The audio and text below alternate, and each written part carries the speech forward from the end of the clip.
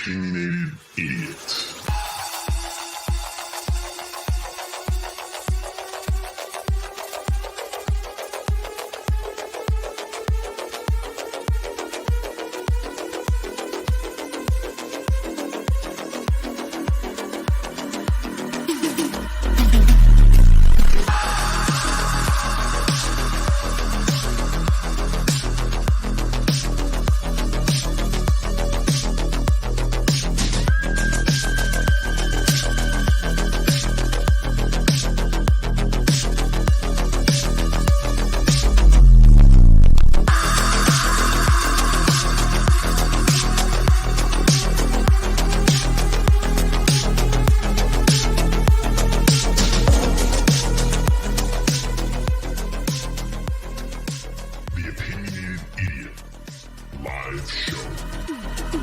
Good afternoon. It's Tuesday. It's Tuesday, Double Dip Tuesday. We're going to do a two for one combo meal deal today. We're going to do a little bit of afternoon streaming, and then we'll be back this evening for the super stream, the 5K celebration stream. And I got a bunch of prizes that I'm going to be giving away this evening. You're not going to want to miss that. And I have one extremely large prize that everybody's going to want to get in on this evening. But I want to welcome you back to another live edition of the Opinionated Idiot YouTube live show. We're here. It is May 23rd, 2023. We're getting a couple of days here in the States, close to kind of our summer kickoff holiday called Memorial Day weekend. Lots of people will be out and about celebrating Memorial Day. I don't know. It's just another day to me. It's just another holiday. I don't know why people get all crazy about it. I guess it's time to, when everybody opens up their pools, everybody starts swimming. It's just so close to summer. But want to welcome everybody in, hopefully on this lunch break this afternoon. The chat will fill in as we go. And welcome. So wanted to get into a little bit of housekeeping before we get into the main stream, the main part of the afternoon here. Programming note, want to let everybody know, and I've been doing this lately, is one, my life is going to get pretty crazy in the next couple of weeks. So after Memorial Day, my work life, my career is going to get a little crazy for a while. We're shorthanded, and I'm going to have to pick up some of the extra slack for a while. So I'm going to try to stream as much as I can. I won't be on my regular schedule of Sunday, Tuesday, Thursday, Saturday, 8:30 p.m. Eastern Standard Time. You're just going to have to try to look and see where I'm piecing things together. And then when life starts to normalize, we get some people hired, my schedule will go back as normal as the schedule I've been carrying. That's why I've been doing a lot of these daytime streams so I can get content up on the channel and kind of backlogged, because if I have a big hiring event at my work and we hire in some people, my schedule is going to normalize. But until then, it is what it is. It's my career. I've dealt with this stuff in the past, and I just wanted to let you all know that. But I do want to let you know this.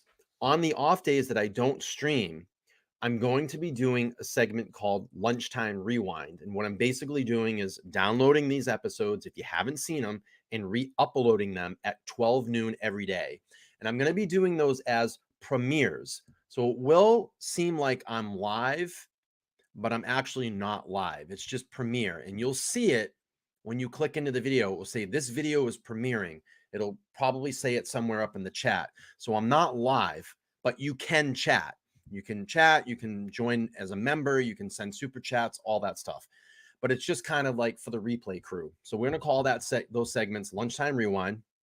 You can come in at 12 noon on my off days and catch one of those. I would love for you all to come in and take your your lunch break, spend a little bit of time, interact on the videos so we can get that activity going, keep things rolling here on the channel. I don't want to let anybody down. I want to keep this channel going and growing. So we got that out of the way. Oh, I'm looking for postcards. I would love for everybody to send postcards. And what I did up above, if you look, I've put my P.O. box address up there. I would love to start receiving some postcards, because my dream is once I get this out of my bedroom, because I'm literally in my bedroom, and into an actual working studio, I'd love to take those postcards and make maybe a collage on a wall or behind me as a backdrop or something. I think that would be super cool. So send me a postcard. Let me know where you're from. send a message, blah, blah, blah, whatever. We'll hang on to those. And once we get a studio, an actual working studio, and get this out of the bedroom, we'll do something with those. I think it's really special. But the postcard address is up there above. I'll let everybody know you can send your postcards to the Opinionated Idiot at 11 Robert Toner Boulevard. That's Suite 5, number 377 in North Attleboro, Massachusetts, 02760. I would love to hear from all of you and start receiving some postcards. All right. Before we get into Peter Tragos' segments, little quick thing, food for thought. And this is kind of interesting. Laura and I were talking just before we got I went live today, and she said, hey, I found this tweet. Check this out. And she found this to be very interesting. I'm going to pull the tweet up here. Let me just enlarge the screen so everybody can see it. Okay, so this was tweeted out on May 19th, and it makes a lot of sense. This is going to be kind of a food for thought. So Dateline producer says, we're told that law enforcement agents surveilling Bryan Kohberger in Pennsylvania almost ran their car into him one night. He was walking by the side of the road wearing gloves, carrying his trash to his neighbor's garbage can. It was 4 a.m. And it's funny, I saw some of the replies. Some guy tweeted, said, why is law enforcement driving around at 4 a.m.? And this simple comeback, which I think is fantastic, it says, it's called surveillance. But the bigger point in all of this is, let's say that this is true. Let's say that this information is true. And I think Laura made a good point on this. Let's say this is true. Why would Bryan Kohberger be so paranoid unless he knew he was a suspect on the list, hence being interviewed by Payne in December before he came back to Pennsylvania? So I want you all to think about that. And I think it's a very interesting, very, very interesting food for thought segment. And I thought that was a good call out by Laura. And let me address, I just want to address something really quick. So let's see. I think Devil Doll said something about JRL. Let's see. I can't pull the thing up here. JRL covered this already. Covered that. Let's see. I can't see it. But she's basically saying that he covered it already. Yeah, listen, I've been very transparent here. I have a very busy life. I work 40 to 60 hours a week. I have a blind mother that I take care of. And then every in between time, I'm just concentrating on streaming here on my channel. So yeah, some other channels might be ahead of the curve. Some may not. I may not be. Maybe I'm ahead on certain things. I don't really watch a lot of other true crime. I've explained that. I've talked about it. I just try to keep my thoughts free and clear as to what I want to keep present on my channel here. So I apologize. This has already been talked about. Maybe I'm behind the curve on that, but thanks for calling that out. But I just wanted to share it here with this audience because maybe they didn't see that content. So anyway, let's move on with the show here.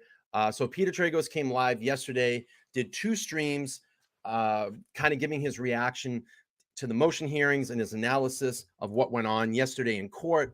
I want to pull those up because I'm telling you, I'm going to keep doing these until Peter comes over and does a segment on my channel. We really enjoy your content. We know that you're a very credible lawyer. You're very, very well liked. I actually tweeted at Peter today and just said, hey, if you ever want to come over and chat on the channel, we do reaction videos to your content. I hope you don't mind. We really enjoy it, but let's pull up his segment there and we'll play through this and walk through and do some reaction with it. So this one was the earlier stream in the day, and then he did come back later that day and do a later one, I believe, after the court proceeding. So let's play on. What's up, everybody? It's been quite a day today, but we made it here. Okay. And that's what I'm excited about. We've made it here to talk through this together. I knew all this was happening today, and I knew the schedule that I had packed in this morning was going to make it so difficult to do everything. And I tried to have it set up to go on with JB earlier today. It just didn't work out for a million different reasons that frustrated the crap out of me, all on my end, none on JB's end. So I texted him again and then was able to just get on there now, which is why we pushed the video back, because I wanted to go on there. I told him I would. I felt terrible about missing out on it. So hopefully you guys were able to check that out and watch the streams on WFLA Now. He's great. And so I wanted to, of course, come hang with you guys, dig in, discuss what we saw and what we learned today. So I'll only have time during this video. We're going to watch the arraignment together. We're going to break down everything we saw, everything we hear, and what it means, how the timelines work, answer all your questions as far as it goes to the arraignment. And then tonight, we're going to do a 2 live crew tonight. Okay, 8:45, our old time where, you know, we've hung out and broken down so many trials together, and followed so many trials, daily recaps, whatever it may be.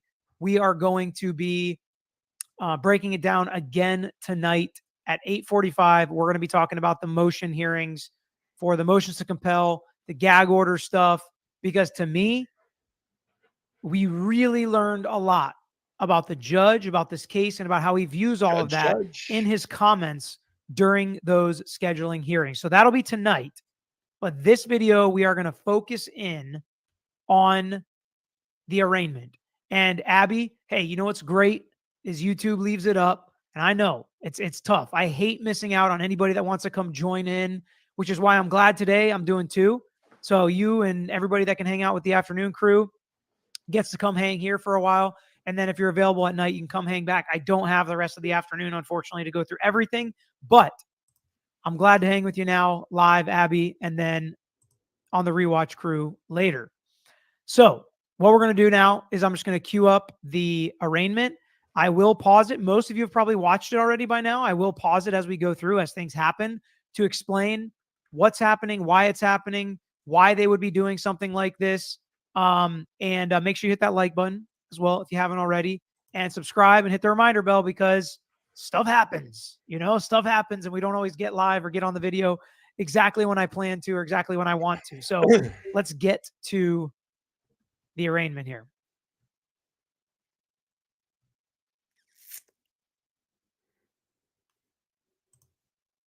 If you all didn't miss last night, we did Laura and I came live and did a little, about an hour and a half yesterday, and played through the arraignment, give a little bit of our commentary over it as well too.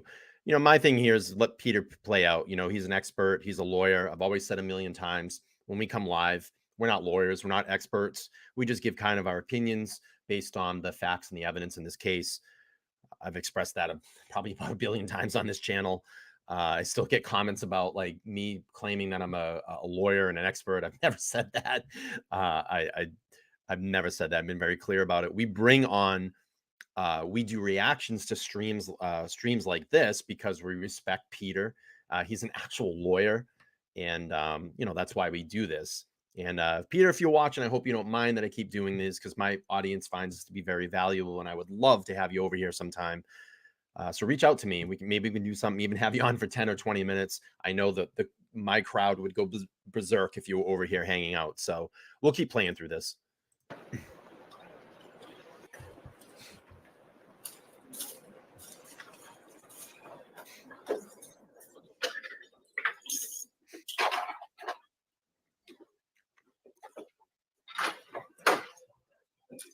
All rise. Thank you very much. Please be seated. Good morning, everybody.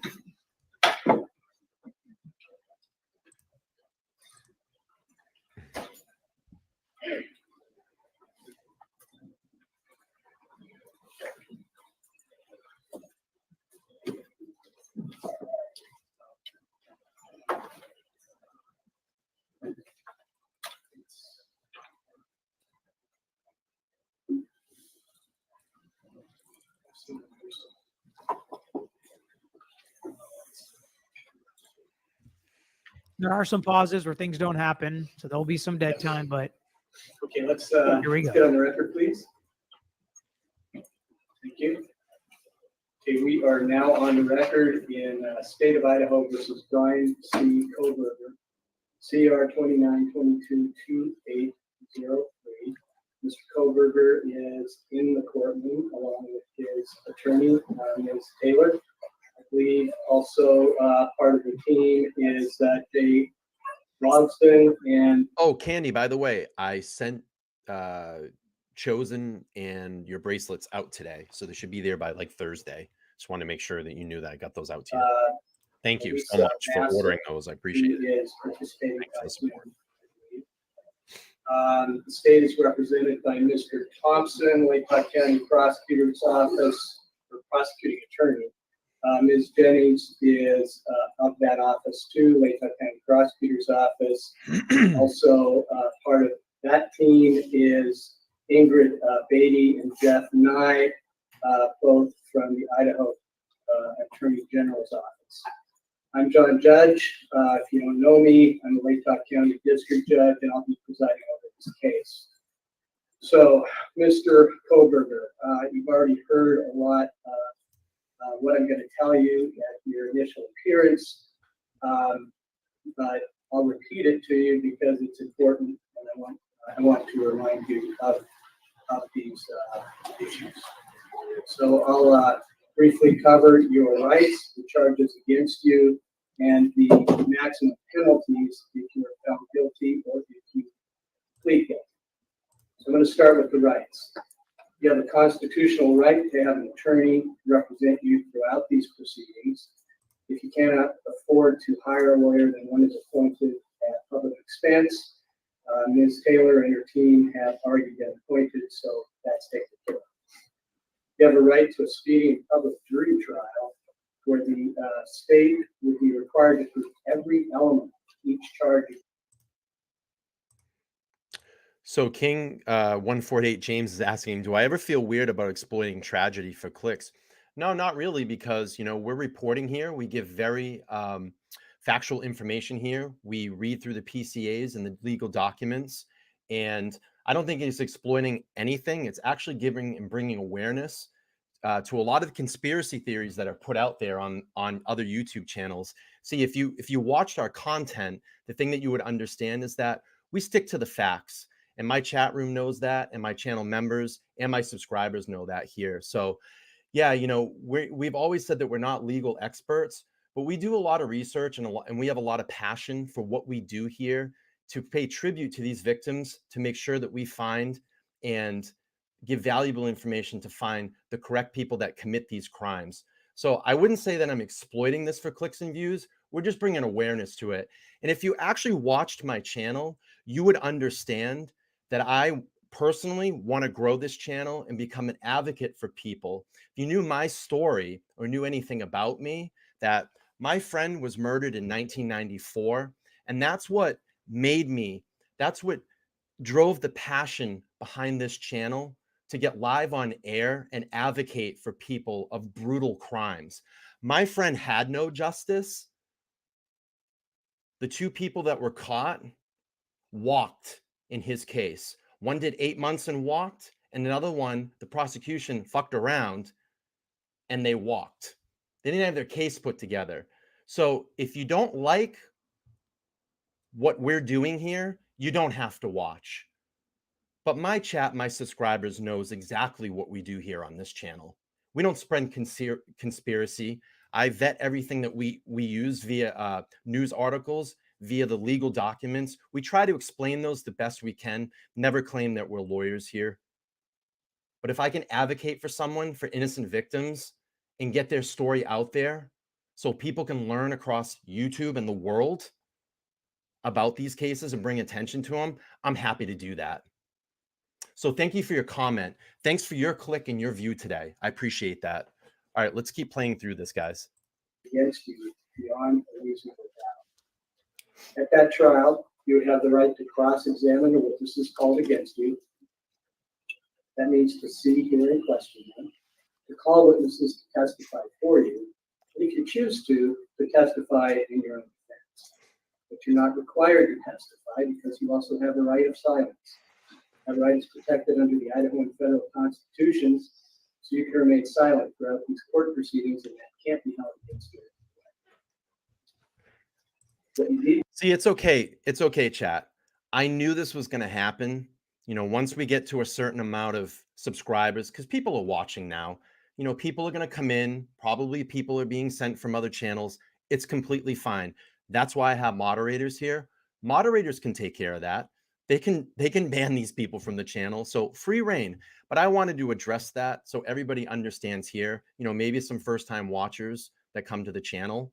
I want to make sure that we had that clear and concise here, but it's okay. You know, it's going to happen. This is what happens when you start to grow, because people will try to beat you down and people will try to come at you. I'm not going to let it phase me. I have a mission here. I have a mission to grow this community as best as we can and the biggest that we can, and people will come and go. I've always said that. So it's really not a problem. What you do need to remember, though, is that anything you do say, other than to your lawyers, could be used against you in a later court proceeding. And all this is really important in the context that everybody knows he decides to stay silent and the judge enters a not guilty plea, right? So all this is important, not supposed to be held against him, his silence, because anything he says and the way that he says it can and will be held against you. Now, he does say some things throughout this, so we'll keep an eye on that, but let's remember that, and we will absolutely talk about standing silent. This is a really great point that Peter's bringing up in this video about standing silent. I know that's been a huge topic of conversation over the last probably like 24 to 48 hours. We're almost close into 48 hours, but let's see what Peter has to say about this. Or a mute plea, or different things that you can call it, him not saying anything that is legally a not guilty plea. But I think it's also really important to point out real quick, why does the judge explain to him all of his rights? Okay. And one thing is important, because some of you may think it's a waste of time. Some of you may think I already know this because, you know, you follow this stuff and understand this stuff. But what you also know by following these cases in the media is that there are bad lawyers. There are lawyers that lie to clients. There are lawyers that dupe clients. There are lawyers that don't care about clients and don't talk to their clients and don't explain their rights. So the judge needs to make sure the client understands his rights. And that's why the judge is explaining all of Bryan Kohberger's rights at this point and the rights that will follow him throughout this case. And it's important that he understands them. And he will be able to notice, hopefully, if a lawyer is violating one of those rights or is pushing him to violate one of those rights. And we also don't want there to ever be a situation where he says, nobody ever told me that. Nobody ever told me I had the right to remain silent. Nobody ever told me what the prosecution's burden of proof was. We know Bryan Kohberger has some criminology experience and research, but the point is, Oh, excuse me. Bryan Kohberger needs to know what his rights are so that the process can move appropriately and 100%. fairly. And that's why we do this. I just thought that was to shed some light and importance on what's happening here, that we don't just glaze over while he's explaining his rights. You understand that? Yes, I do. Okay, thank you. Let's see. Mary says, I'd put the PCA you did under the stream description so newcomers can read it and leave it open to boot trolls like that immediately when just newcomers come to read about it. Yeah, I'm not too worried about it. I mean, people are going to come and go. They're going to try to beat you down. I mean, listen, do you think that clown hasn't stopped watching? I mean, we got rid of him out of the chat, but that clown's still watching. Of course he is. He, she, You also whoever. have a right to. And he audibly answers funny. that he understands. It's funny, and I know I'm going to get yelled at. You pause too much and you talk too much over the videos. But that's what we do. It's a live show. But I think it's funny that, you know, once this 5K came around, this is when they all start coming in now, because it's getting to a level, you know, they see it as a level of success. You know, it's fine. We deal with it. We move on. We're not going to let it disrupt the show. We're not going to let it stop.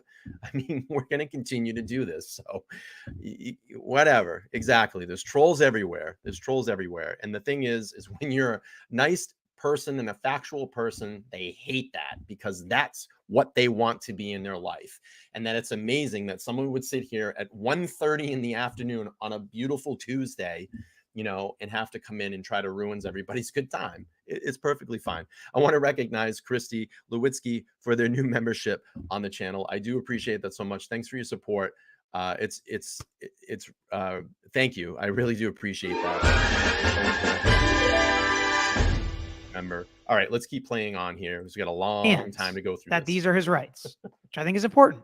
to appeal any final decision of the court. Of course. In order to exercise that right, you need to It's file fine. a notice of appeal. We're okay. We're a 42 community. We can days move on through of it. that final decision. Happens to everybody. Right Believe is me. waived. Also, if you are not a United States citizen, any finding of guilt in this state could have adverse consequences to your legal status.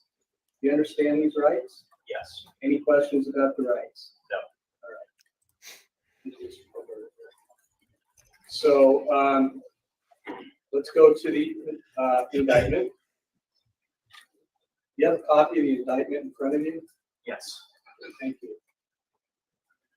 And you see in the heading your name there. Is that your correctly spelled complete name? Yes, it is. So anybody that followed the Daryl Brooks trial knows what arguments that could make go away, since he's now admitted on the record that that is his correctly spelled and it's his name.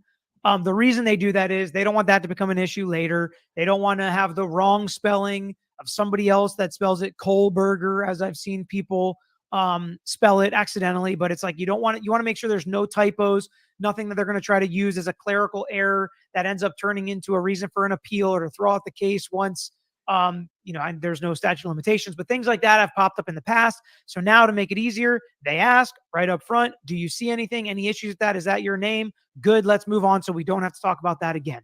So that's one of the reasons why they do that. Is that the correct birth date underneath your name? Yes. Are those the correct last four digits of your social security number? Yes. Thank you. All right, I'm going to read you the charges on the indictment, starting with count 1, burglary. That is a felony under Idaho Code Section 18-1401 and 1403.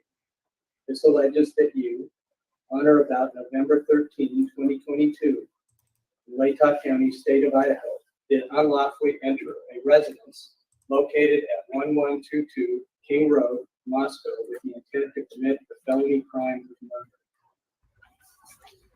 So again, I've seen some discussion about what a burglary is, and whether he had to steal something, and obviously not, or whether it was just entering the house unlawfully, and it's not.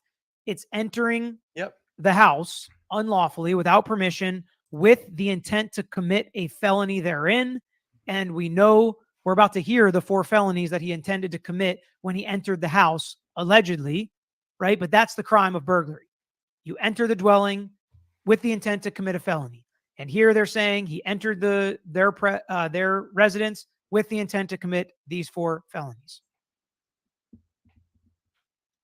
Count 2, murder in the first degree.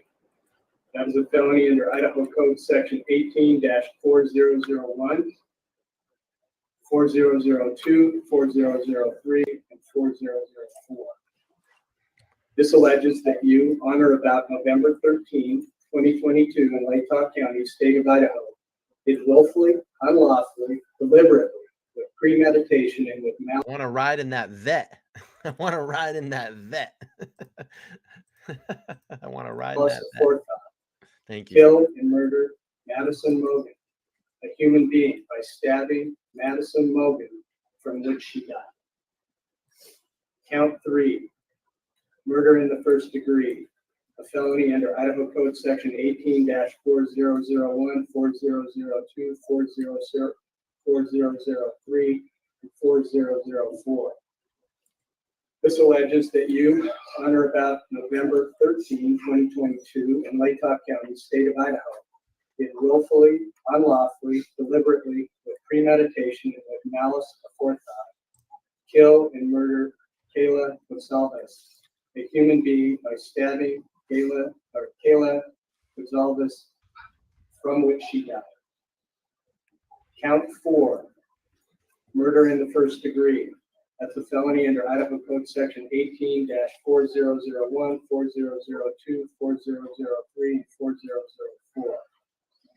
Alleging that you, on or about November 13, 2022, in Latah County, state of Idaho, did willfully, unlawfully, deliberately, with premeditation, and with malice aforethought, kill and murder Zaina Kernodal. Excuse me.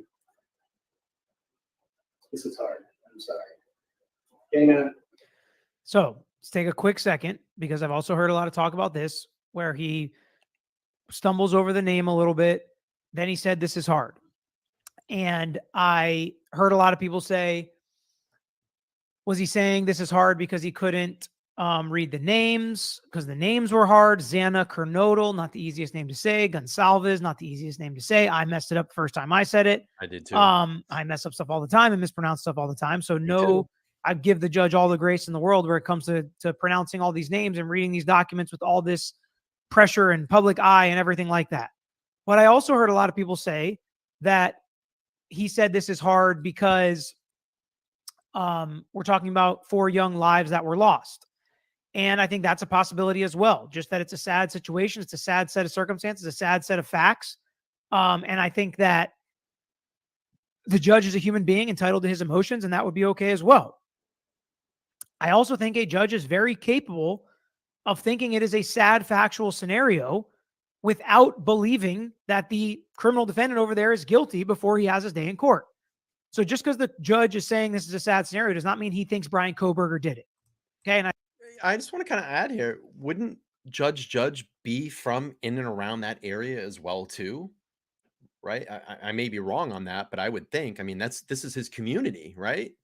Am I correct on that? This is his community where he lives.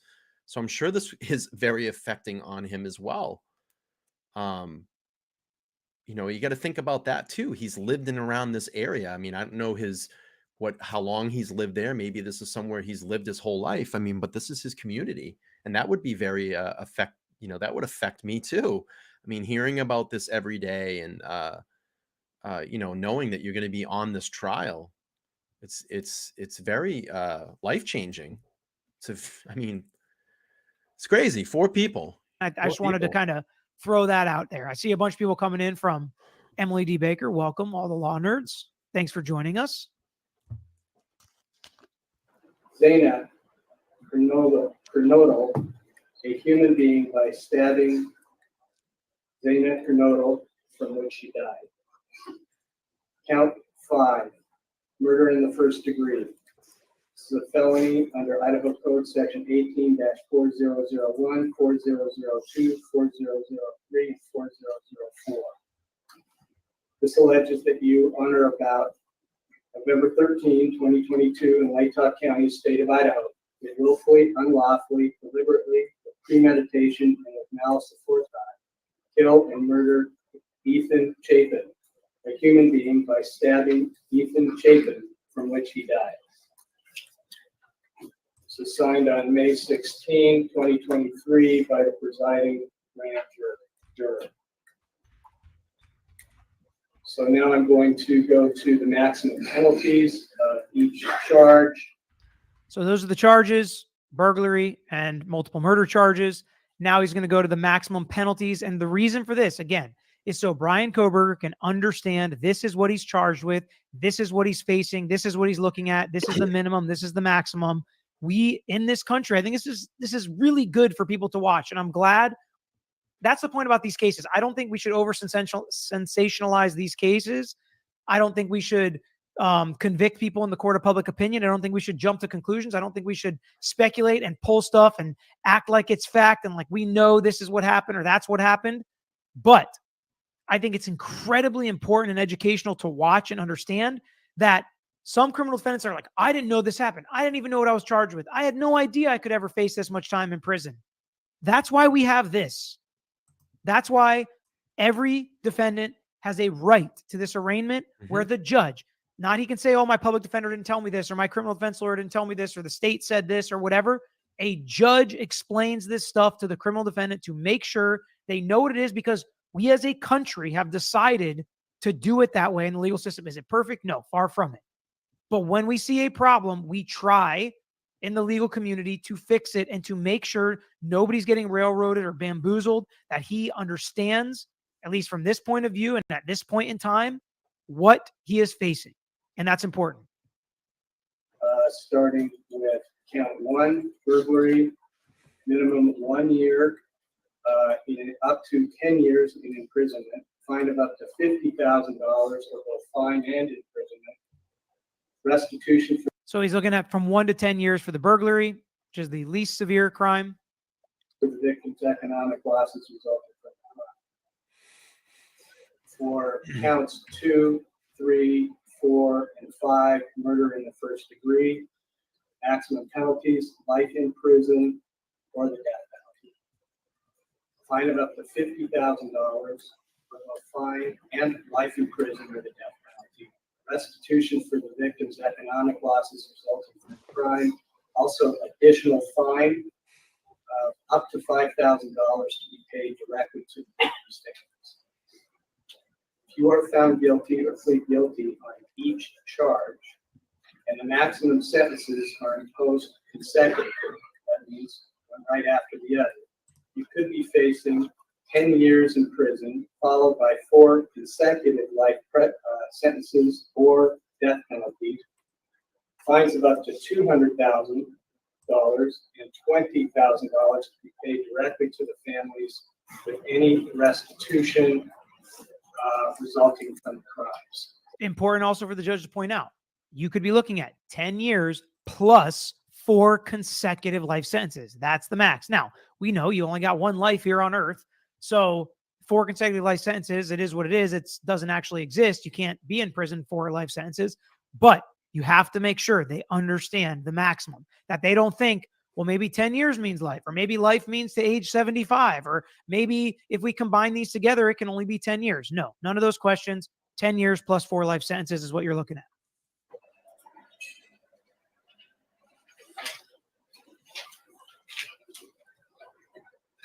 Okay. Mr. Kohberger, do you understand the charge in count 1? Yes. Do you understand the maximum penalty? Yes. Do you understand the charge in count 2, murder in the first degree? Yes. Do you understand the maximum penalty? Yes. Do you understand the charge in count 3, murder in the first degree? Yes. Do you understand the maximum penalty? Yes. Do you understand the charge in count 4, murder in the first degree? Yes. Do you understand the maximum penalty? Yes. Do you understand the charge in count 5, murder in the Yes. first degree? Do you understand the maximum penalty? Yes. And Ms. Taylor, is Mr. Kohberger prepared to plead to these charges? Your Honor, we will be standing silent.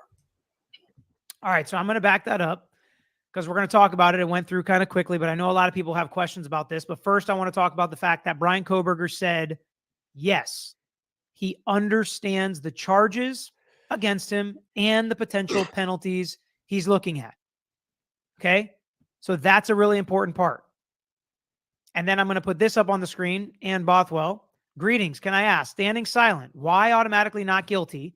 I guess I've watched too many TV trials, but this is news to us. Okay, so with this question in mind, we're going to watch again what happens, how it happens, and then we're going to talk about standing silent. Plead to these charges. And Ms. Taylor, is Mr. Kohberger prepared to plead to these charges? Your Honor, we will be standing silent. And because Mr. Kohberger is standing silent, I'm going to enter not guilty pleas on each charge.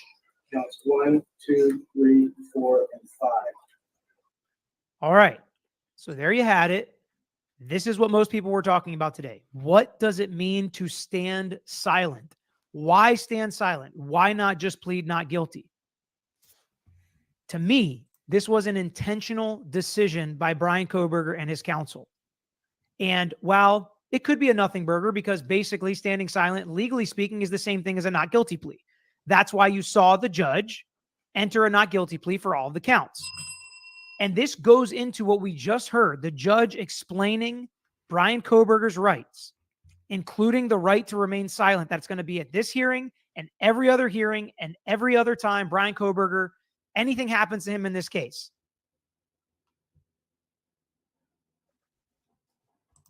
Of course, it sounds like my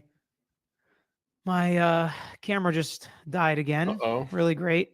Really going to have to figure this out. But when we talk about standing silent, okay, and we talk about why somebody would stand silent. Number one, they do not want anything they say to be held against them. So what that means is, I hear people saying I froze. It was just my camera. Sorry. Eventually, maybe we'll be able to figure out the technical difficulties, but this is exactly what the issue was with JB earlier. It's so miserable. It literally makes steam come out of my ears and my blood boil, but we're going to bypass that for now and say, you heard him say anything can be held against him. So when we talk about, it's literally one of the worst things when you're a live streamer, like when you're streaming live and your camera goes down. It's so frustrating because you feel like you lose the connection to your audience. I mean, Peter has enough people that they're going to hang around, but like, you know, someone like a smaller channel, if I have a large audience and, you know, a couple hundred people, I know my subscribers, my members would stick around, but maybe those first time people that pop in, they're just like, oh, his camera's down, I'm out of here. So it is very frustrating. It's technical difficulties while streaming sucks. saying not guilty, pleading not guilty. If he would have said, not guilty, I am not guilty, I did not do this, and pound the table, people would have an opinion about that. Number two, if he would have said not guilty softly or bashfully or nervously, people would say, well, why did he do that? Why was he too nervous? Why was he so bashful about it? Does that mean that he did it? And to me, there is something behind that. And that's why I do think it is a chance that this was on the advice of counsel. So instead, he stands in silence, which again, as I already mentioned, legally speaking, is in fact the same thing as pleading not guilty. And when we talk about pleading guilty or pleading not guilty, a lot of people change their plea later, right? A lot of people start out with a not guilty plea and eventually change it to a guilty plea. And that could happen in this case. But because they intentionally stood in silence instead of pleading, I don't think it's unfair to say, why? Why did they do this? And I think the main answer might be they don't want people to take it and run with it. I think another reasonable explanation, I mean, people are saying BTK did it. He took that professor. We know there's at least some sort of potential connection there. Also, maybe he's working with the state as far as a potential guilty plea, and admitting what you did is part of it. Taking responsibility is a part of guilty pleas all the time. And maybe all of this is leading to one of the other questions we got here, which is,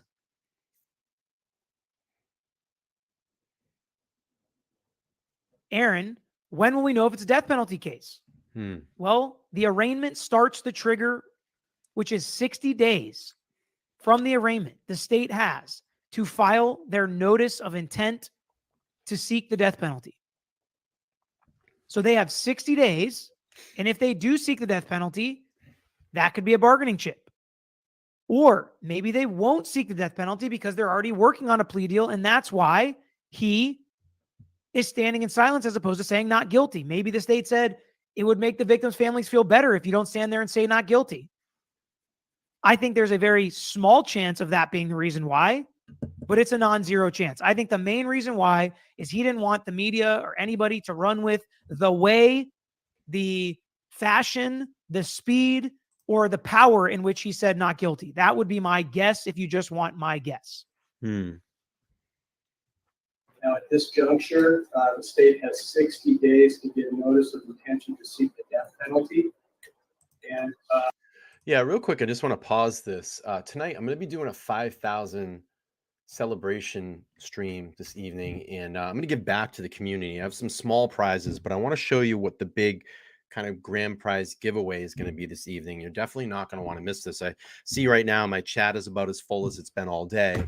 Tonight, I'm going to give away a Fire HD, brand new Fire HD Amazon tablet, so you can watch my show full in HD. But this is going to be the grand prize for this evening. You're not going to want to miss that stream. Come over and join me this evening, 8:30 p.m. Eastern Standard Time.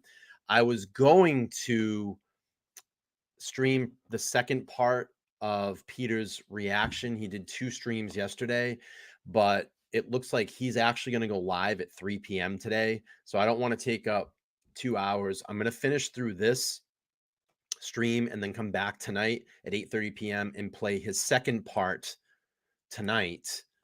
And I also have the gag order hearing that I want to play as well. But come over and join tonight. This will be the grand prize. I'm probably going to give away some Target gift cards as well for a celebration. So a brand new Amazon Fire HD 10 tablet, the most latest up-to-date one. And yeah, definitely not going to want to miss that. I want to give back to the community. So that link I actually posted a couple times in the chat. So make sure you come over 8:30 p.m. Eastern Standard Time for the Super Show, back live on the mothership, and we'll go through that. But let's finish this up here. A little bit more time, about 20 minutes or so. I'm going to wrap this for the day, and then I'll be back tonight. Thanks. Mr. Kohberger has a constitutional and statutory right to a speedy trial. So let's start with you, Ms. Taylor, and then Mr. Thompson to discuss schedule. Oh, excuse me. Your Honor, we'd ask the court to set this trial at the very outside of the speedy trial, right? We're not prepared to do anything but ask the court to do that today. Okay. Candy. All right. So I also heard some people asking, did she say that the judge is going to set this outside the speedy trial period? And the answer is no. She said near the outside of the speedy trial period, because as most of us can count by now, we know that that's 6 months that he has to have a speedy trial. And October puts us right at what, 5 months, a little less than 5 months, because I think they said October 2nd. So we're talking about 5 months away or less than 5 months away. If you set it there, it's still well within his speedy trial. She mentions the word speedy trial without waiving speedy trial, which I also think is important because that is a conscious decision to not waive speedy trial. And that is incredibly important because if the defendant waives speedy trial, you can't get that back. And if you waive speedy trial, that's how these cases sometimes end up happening 3, 4, 5 years down the road. And everything gets more difficult if you wait that long. So the fact that they did not waive the speedy trial, I think is important.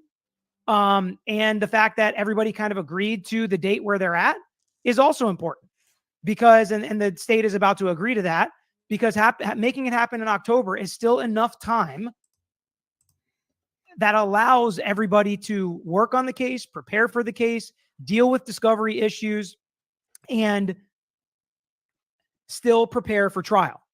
And we're also talking about a situation where they waived his right to a speedy preliminary hearing, which allowed a couple months to go by where they could do discovery and they can learn things and get terabytes and thousands of documents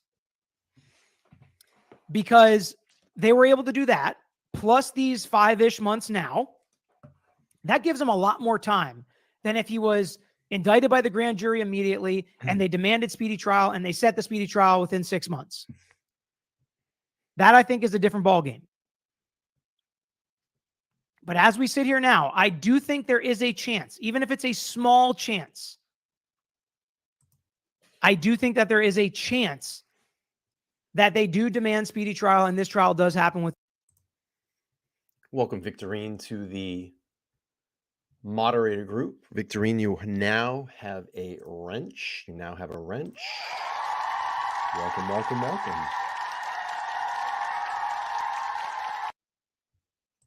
Victorine's in here all the time, major supporter of the channel.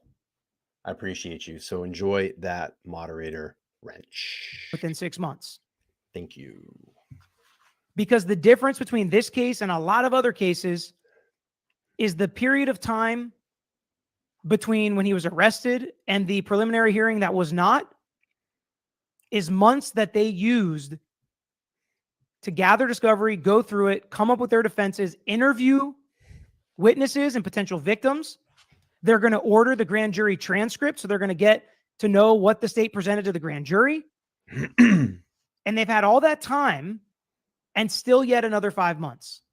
So it's a lot more than just the 6 month normal speedy trial period. So that's why I put the chances somewhere up 5 or 10% chance when I was on JB's earlier that this trial actually happens So tired. October 2nd of 2023, which again leaves 95% chance that I think something happens to delay the case.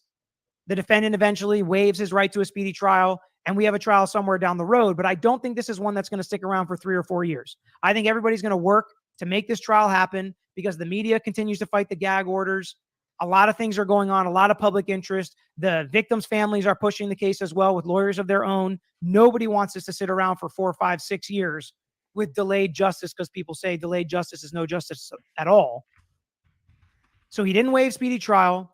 They set the trial period right at the end of that deadline, right before we get to 6 months, which may give us just a little bit of wiggle room. If they need to continue the case 1 month, they'll be able to do that. But anything outside of that, he's going to have to waive a speedy trial, and this case will take place sometime probably in 2024. But we'll see. I thought that was interesting that they did want to kind of push it to that end of the time period.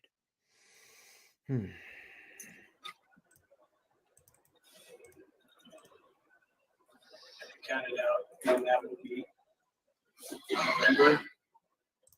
I have not counted it out, Your Honor, but I believe that would be about November 22nd. This one's maybe November 2nd.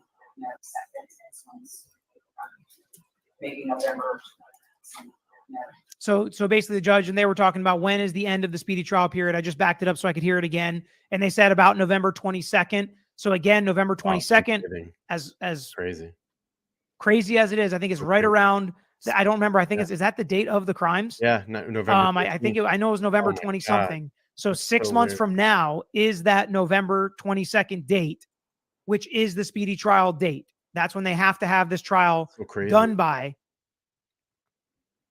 That the time period has to end. It is 60 days from the arraignment, Deborah. They have 60 days from the arraignment for the death penalty. 6 months to try the case. So I asked the court to set it for an October trial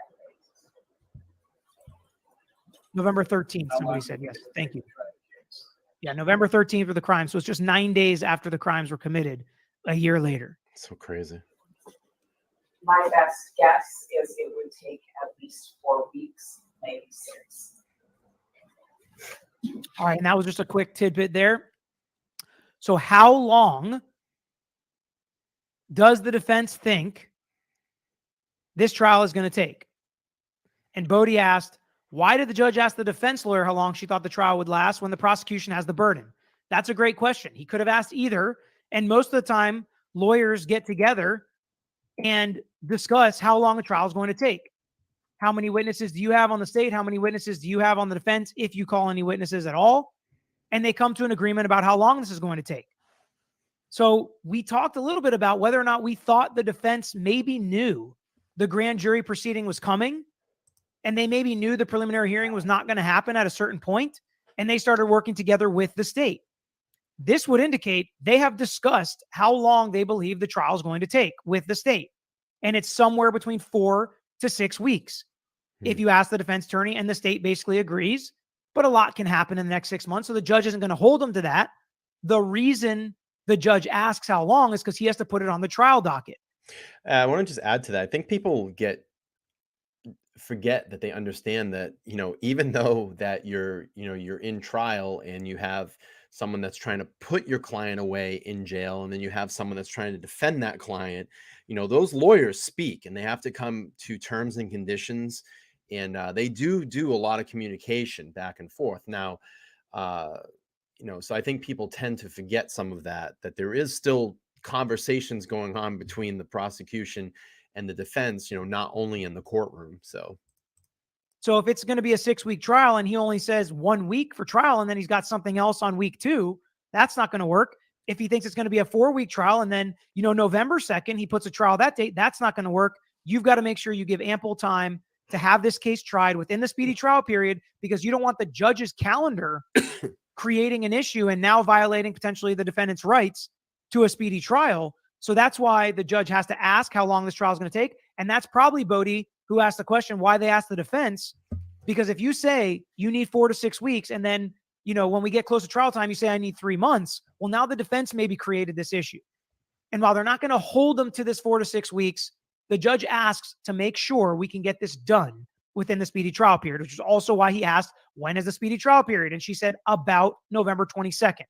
All of this stuff is really important to protect throughout the entire process of a criminal trial. And that's why the judge is asking the criminal defense attorney most of these questions. I want to recognize Victorine sent the chat using kind of her membership highlight chat. I unfortunately can't bring them up here in StreamYard, but she's used it. She's been a month for 2 members, supporting them the monthly membership for 2 months.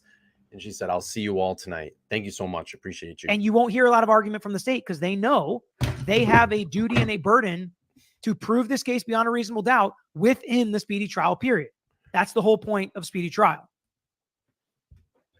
So you'd like me to set this for a 6-week trial? At this point, I would.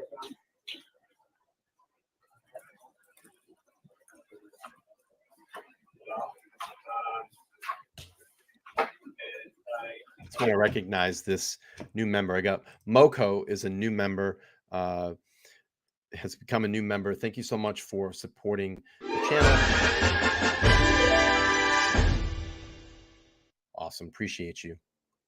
Appreciate you. To do so, I will have to get rid of some of the other 3 trials I have, but this is more critical and more important.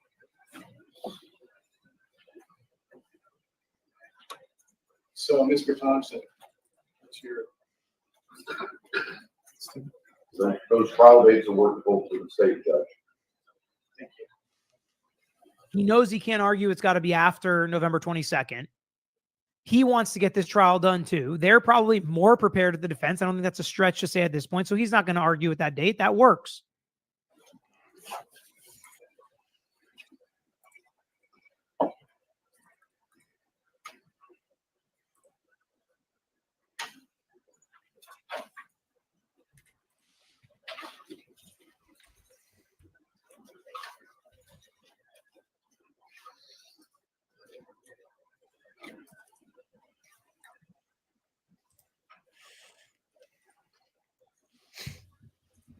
Thank you so much, Moko. Appreciate you. We're going to come back tonight. If anybody doesn't know, we have a stream at 8:30 p.m. Eastern Standard Time. 5K celebration. I'm going to have some smaller prizes, but the big prizes, I'm going to give away a Amazon Fire HD tablet, 10 Fire HD 10 tablet tonight. This will go home to a lucky subscriber on the channel. We're going to give this away, figure out some type of game that we can do. Probably going to do the card game because everybody kind of likes that one. But we'll give this away this evening and have a lot of fun over there. I'm going to have some smaller prizes as well too. So let's keep playing through. We're going to end up buttoning this up in about 20 minutes or so, and then I'll be back tonight at 8:30 p.m. Eastern Standard Time. Super Show, Mothership.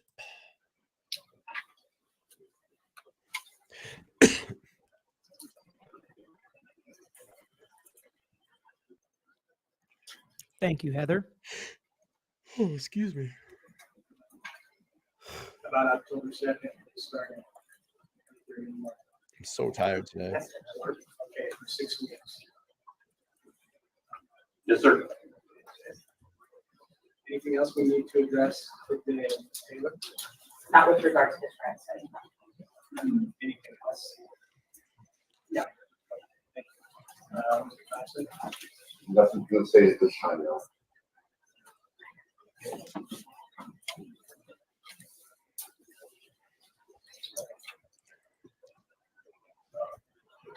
All right. So with that, by the way, I do want to I'm so let tired today. everybody know, if they don't already know this, that once the grand jury issued the indictment, preliminary hearing scheduled to start on June 26th was no longer needed and is vacated. So some people are confused about that. So I thank council and media and the public for your attention and respect. So we are adjourned. Thank you. So that was the end of this hearing. Raven is correct. The gag order hearing, well, gag order hearing was also today. The gag order hearing was not. The arguments were not done. The motions were not done. They scheduled when they were going to do that. They also scheduled when they were going to handle the motions to compel with the discovery issues. Those were both set in June. One, I believe, on June 9th, was it? Yeah, June 9th and June 27th. June 9th is the gag order arguments. June 27th is the motion to compel arguments. A lot more on that tonight. We're going to watch that hearing together and break down what we learned from the judge and which way he's tipping his hand. Yeah, it's funny because I was going to play that segment, just the segment itself. But what I'll do tonight on this is I'll bring Peter up and have him kind of walk us through this so we understand what's going on in that gag order hearing as well. So 8:45 p.m. tonight, we're doing 2 lives on this because I want to answer questions. now I'll give Peter a plug. Peter today will be going live at 3 p.m. Eastern Standard Time, breaking more of Kohberger down. So when you get done with me, if you want to go over and watch his content, we'd love to kind of send the traffic over there as well. And again, Peter, if you're watching these replays, I hope you don't mind that we're doing them here on this channel. We'd love to have you over here sometime. I know my chat room would go bananas if you got on the panel with me for 10 or 20 minutes. I think it'd be a really fun time. But yeah, if you're watching this, I really hope you don't mind that we do these replays and reacts, kind of break down what you're saying, because we here on Opinionated Idiot look at you as a very valuable part to this community, this true crime community, and being a lawyer, being actually a legal lawyer that can break down and give us some insight to what's going on during these motions and hearings and breaking down these legal documents for us. So thank you. Thank you again for your service. I know you double dip just like I do. I have my normal career and then I come in and try to do YouTube as well. So anytime, my platform is open to you. I've actually emailed you a couple times, haven't heard anything back, but I know you're probably a busy guy and you get a million emails. But anyway, if you see this, I hope you don't mind. We do these. Specifically that you have around arraignment and this process and where we go from here. So Mehdi, my brain slipped on that one. Isn't killed and murdered the same thing? Why does he have to name both things when naming the charge? So there can be lawful killings, but murder is the unlawful killing. So that's why a lot of times they're not used synonymously. John, will this judge also be the trial judge? There's a good chance of that, yes, but things can happen. I don't know if he's going to retire. I don't know if they're going to rotate judges. I don't know if he's going to, get taken off the. Yeah, I mean, I get it. I'm a small time channel, but hey, listen, you got to keep beating that drum. You got to keep beating that drum, getting yourself put out there. Look, I did it. I, haven't been on Twitter long, and I had Kerry Rawson now following me on Twitter. I mean, and she added me. If you didn't see, she added me to her playlist of podcasts and YouTube channels that she watches. So again, you just got to keep putting yourself out there. Maybe you create enough noise in this environment to get someone to get their eyes on you. And, and that's the thing. You just got to keep doing it and doing it and doing it. Be consistent. Ask these people to come on your show. Someone will hear you at some point, believe me. And maybe they're nice enough to come over and just give you 10 minutes of their time. But again, it's just consistency. And you know what? It may never happen, but that's okay. At least I tried. I was just actually talking to a girl today. I went to the post office before I went live, and we were talking, and I walked in, and I've been kind of throwing around about changing my channel name. And I walked in, and this was kind of a sign. I walked in and she goes, "Hi." And she goes, "I don't remember your name, but I remember the name of your channel." And I went, okay, I guess we're probably not going to change the channel name. But, we were talking about just doing things in life. And she said, oh, she was asking me, how's it going? And I said, well, I just hit 5,000 subscribers. She said, oh my God, I know a couple of, about 2 months ago, you were only saying you were at like 2,000 and you were just getting this off the ground. And I'm like, yeah, it's starting to get some traction now. And, we have a good time. We have good relevant information out there. And, I said to her, I always laugh at this quote that's always stuck with me through my childhood. And you wouldn't even believe me. The wrestler, the Ultimate Warrior said this, and he kept consistently saying this. And this always stuck with me is, just because you're born, you have the potential. And that's with anybody in this chat. This is with anybody that has ever been born in this world, is that you need to just keep going for it and just keep doing it. If it's a passion and a love, put every ounce of energy into it. And if you put good things in, good things will happen back.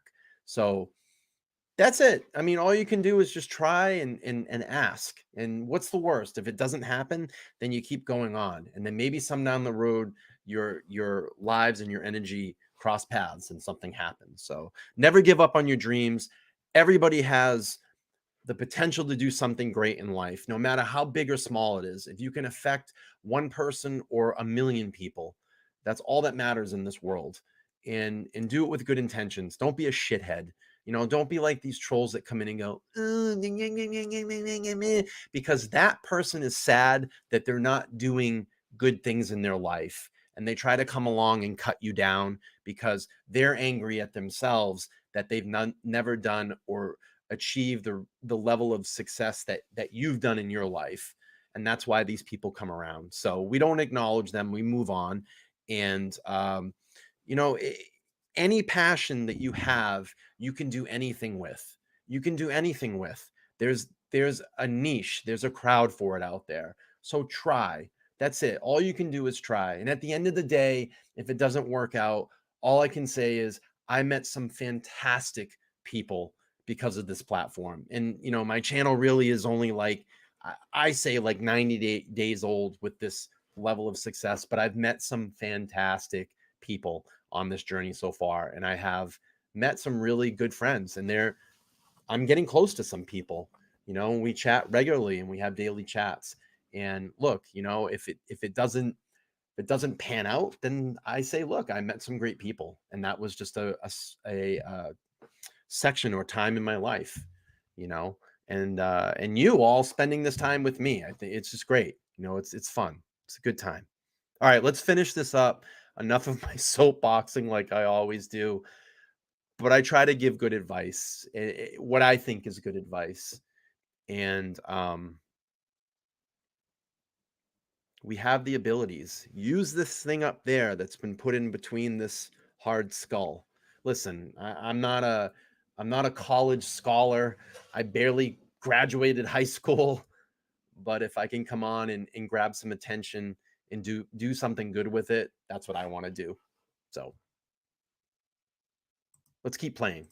Case because there's some kind of bias and he gets disqualified. So all that could happen. But as it sits right now, the way it's set up is, yes, this would be the judge that also sits there for trial. He is the district court judge.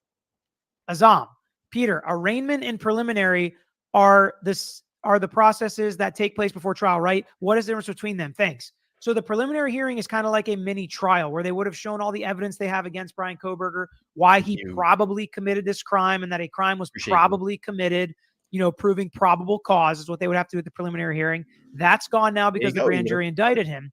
But regardless, the arraignment is when he has read the charges that are coming against him that the grand jury indicted him for. This is where he's explained what his rights are throughout this process. And you can do it. You can do it, Tracy. I'm going to tell you the best advice on YouTube is start your channel and then post one video and then post another video and then post another video and then post another video. And you will learn through your process of doing this. I didn't learn this overnight. Believe me, you just got to figure it out.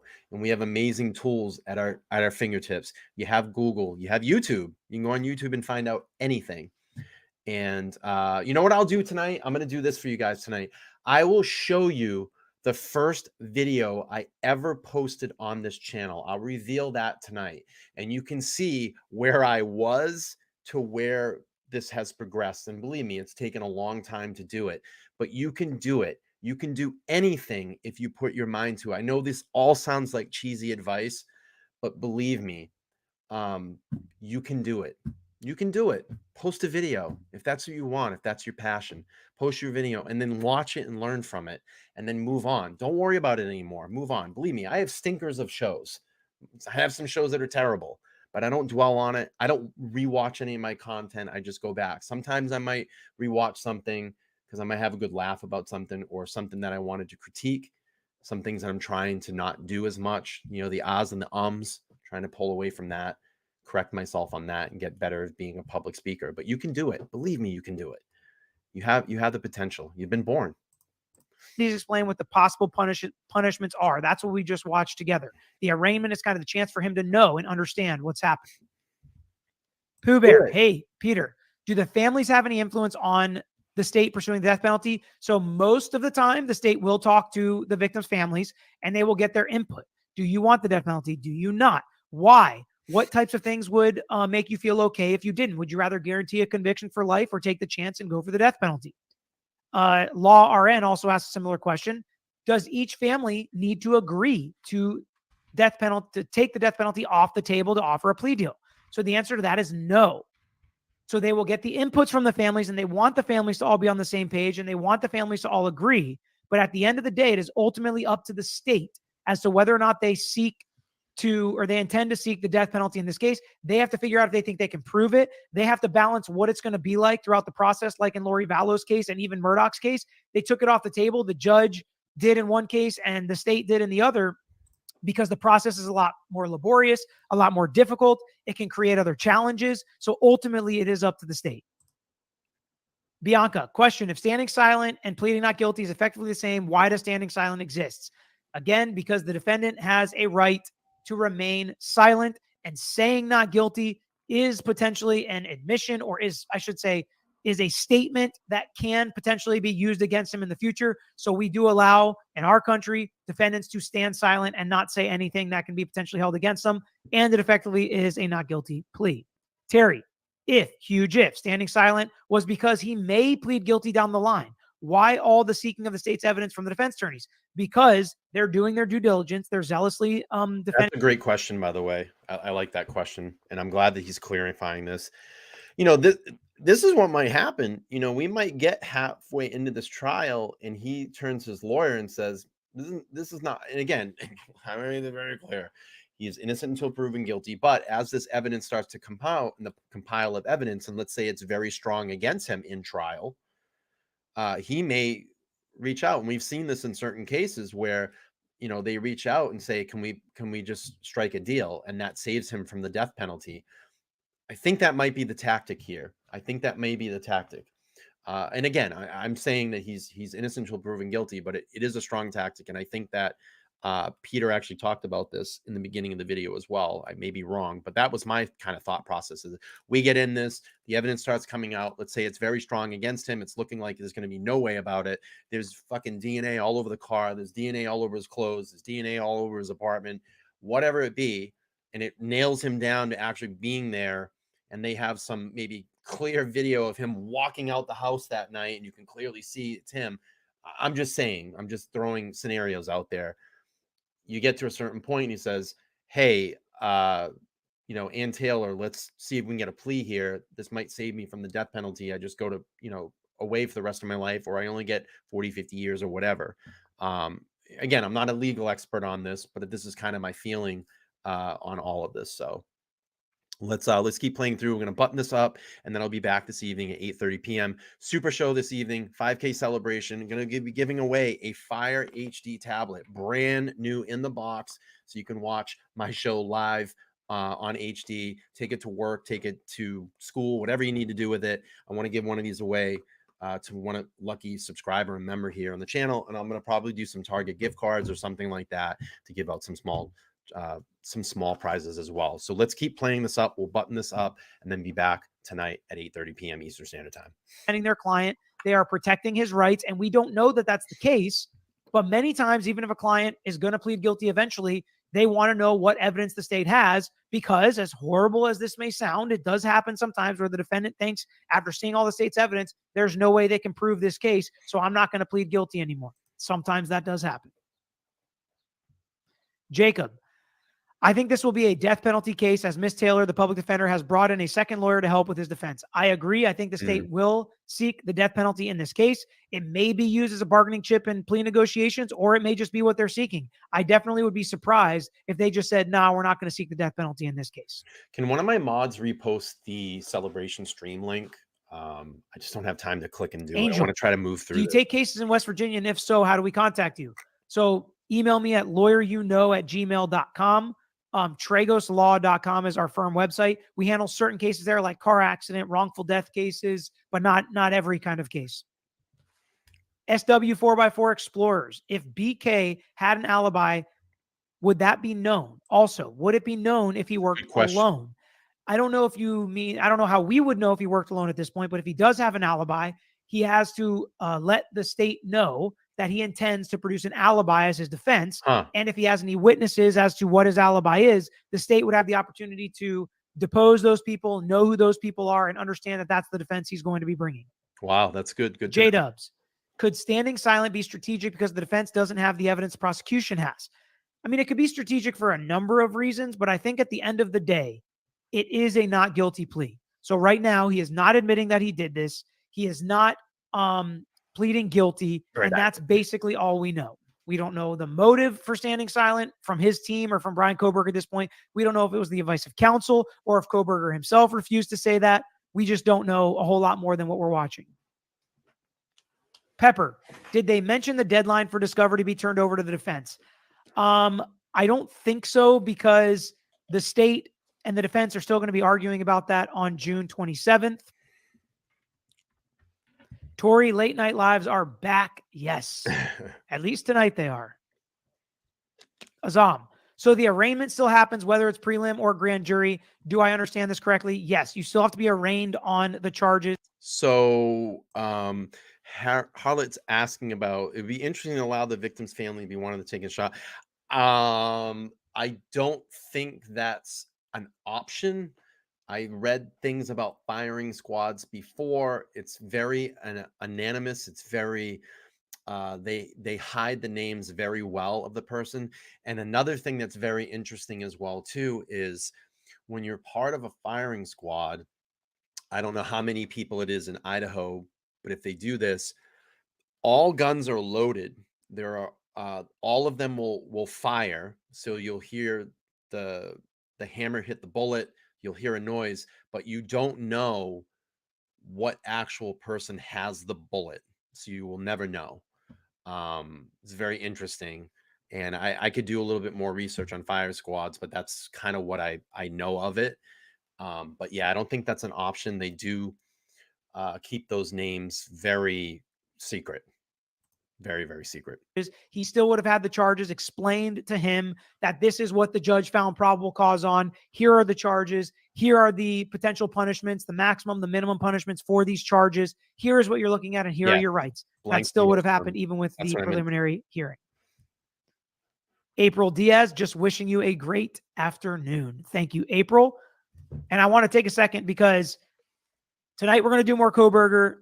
Thursday is going to be an incredibly fun members only live that is going to be different than anything we've ever done. John is still working on it now. We've already filmed part of it. I'm incredibly excited. I think it's going to be fun. It's not law related. So none of the subscribers that are here for legal breakdowns or explanations or education, none of that. You're not going to miss any of that. So don't worry about it. But if you want to come hang out, it is going to be fun. All live? Lexus, really? Thank you for the super sticker. One live, all blanks. I may be wrong. So the preliminary hearing is a great process in the criminal justice system because it explains the rights to the criminal. All right, let's do this real quick. I just did a quick Google. Let's see. Let me increase this. How does a firing squad work? Well, a firing squad, 5 or more soldiers line up side by side, several feet away, and one aims their firearm directly at the person's heart. Wow.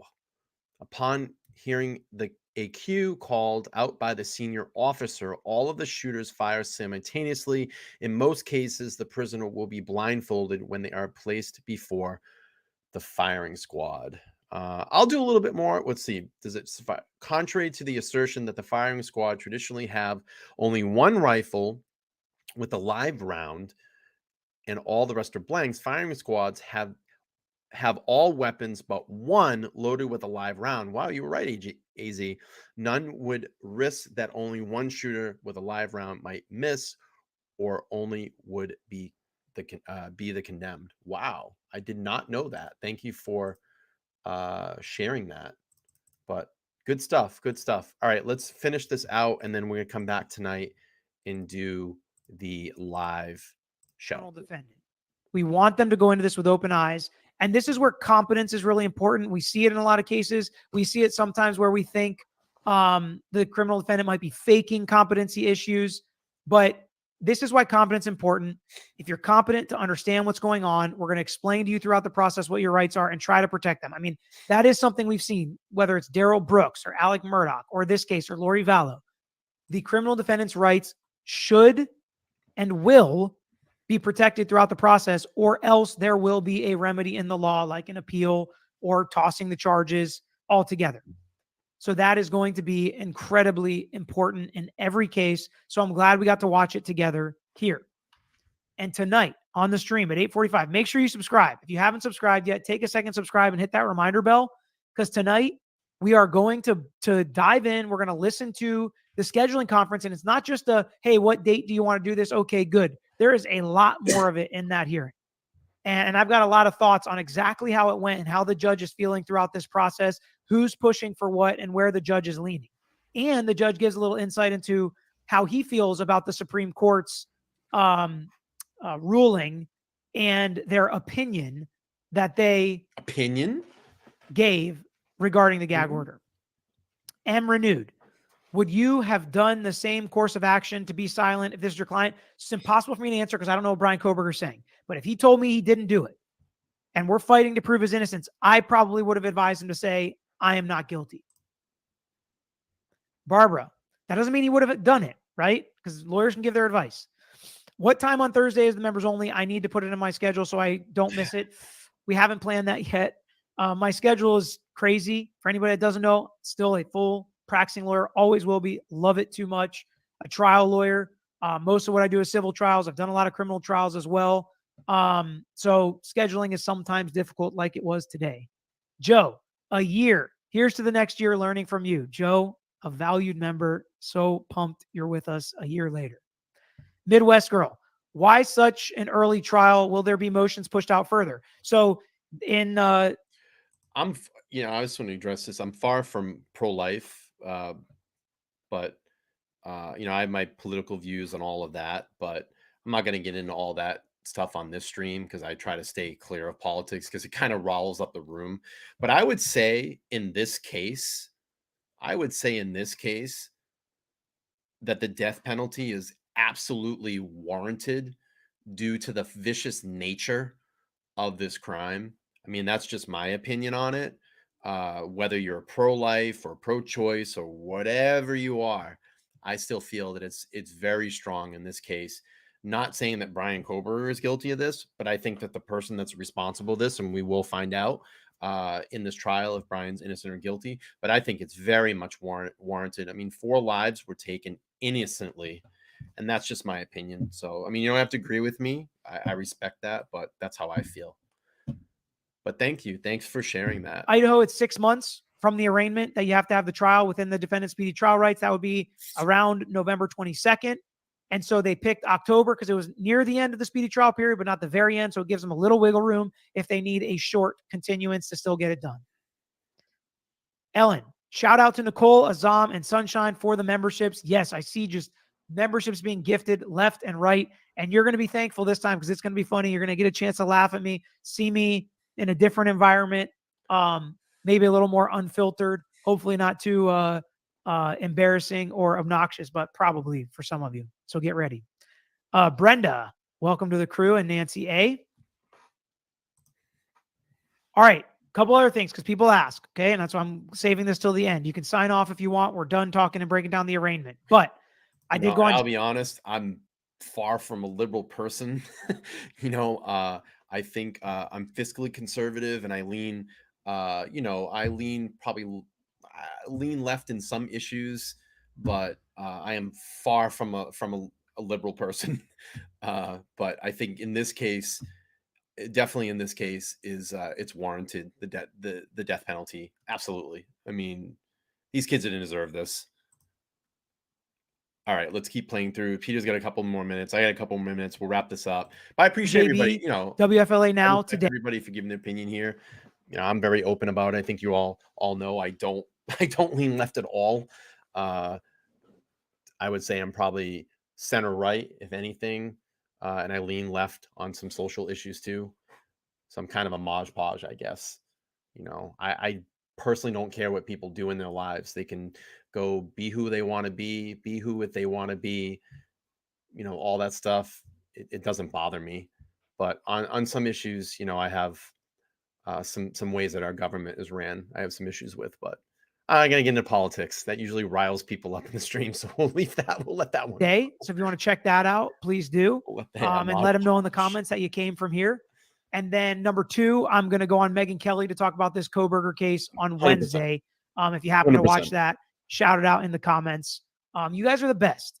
I have just such a great time talking about this stuff with you guys and this community and people who want to take things too far and not try to be objective and not try to weigh the process and understand the process, I think make it more difficult. And I don't think the judge is going to like that in this case.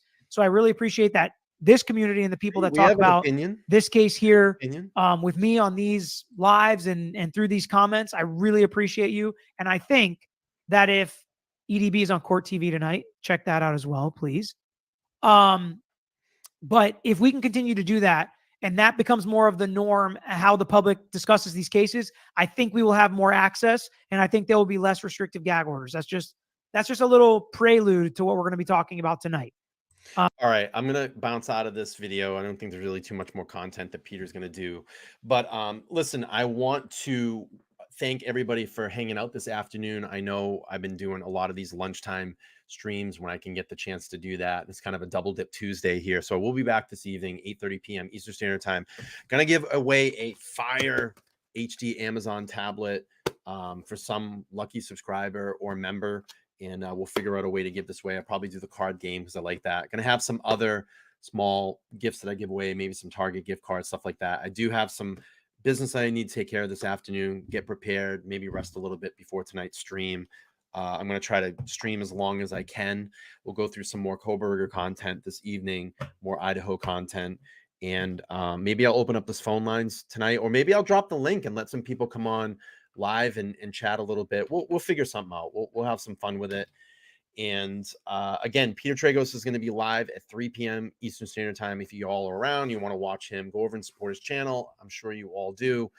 Let me go over and find the link to his channel, but I'm sure I don't have to do that because you all are there. Again, Peter, if you're watching, one second. Peter, if you're watching my streams, you know that we do these reaction videos here on the channel. Love to have you come over sometime if you can. Just give me 5 or 10 minutes of your time. It'd be great. The chat would absolutely love to see you guys over here. They would go nuts if I got you on my panel. But again, you all are great. I'll drop the link one more time to tonight's stream, 5K celebration stream. Going to give away a Fire HD tablet. You're not going to want to miss that. And that is the link for tonight. Set your reminders. Thank you all. I love all you ladies and germs. You're all great. All the new members, thank you so much. Thanks for any super chats that came through today. I appreciate it. You're not going to want to miss the stream tonight. We'll get something. We'll do some celebration, hang out, relax a little bit, and have a good 5K celebration. So I hope everybody has an amazing rest of their afternoon. Hopefully I can see everybody this evening, tonight, and we'll have some fun. Thank you. Give us some thumbs up on the way out. Subscribe if you're new here, and I will see you all tonight. Let me hit my outro. We're out of here, off the mothership for now, but we'll be back tonight on the mothership at 8:30 p.m. Eastern Standard Time. Good night, goodbye, good luck, good afternoon, whatever you do. Thanks so much. Thanks for being here and supporting. Bye.